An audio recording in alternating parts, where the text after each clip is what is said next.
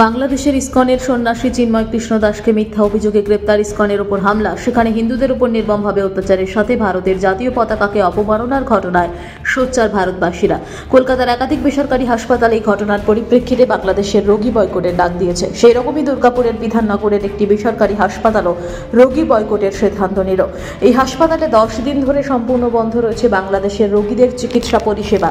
যতক্ষণ না পর্যন্ত বাংলাদেশের পরিস্থিতি স্বাভাবিক হচ্ছে, ভারতের কাছে ক্ষমা চাইছে, ততক্ষণ পর্যন্ত বাংলাদেশের কোনো রোগীকে পরিষেবা দেওয়া হবে না বলেও জানিয়েছেন হাসপাতাল কর্তৃপক্ষ। হাসপাতালের কর্ণধার পঙ্কজ মুখোপাধ্যায় বলেন, বাংলাদেশ জুড়ে হিন্দুদের উপর নির্মমভাবে অত্যাচার চলছে, ভারতের জাতীয় পতাকাকেও অপমাননা করছে, তাই আমরা প্রতিবাদ হিসেবে বাংলাদেশের রোগী বয়কটের সিদ্ধান্ত নিয়েছি।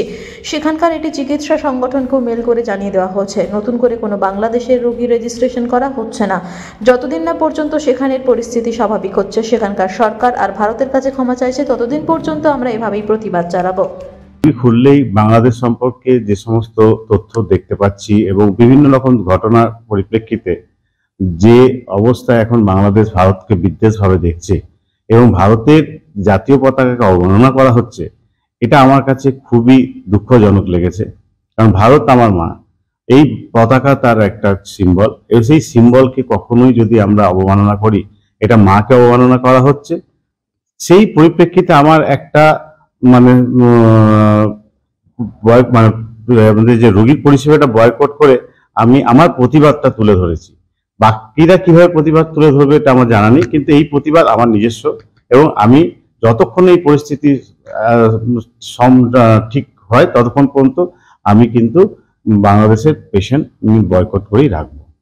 দরকার নেই, বাংলাদেশে আমাদের একটা এজেন্ট আছে, সেই এজেন্টকে আমরা মেল করে দিয়েছি যে আমরা এই মুহূর্তে রেজিস্ট্রেশন নেব না, আপনারা দয়া করে রেজিস্ট্রেশন করবেন না, এবং আপনাদের পেশেন্টদেরকেও বলে দেবেন যেন তারা ভারতবর্ষে এসে যেন তাদেরও অসুবিধা না হয়। কারো অসুবিধা করতে আমি হসপিটাল খুলিনি, আমরা বয়কট করেছি শুধুমাত্র।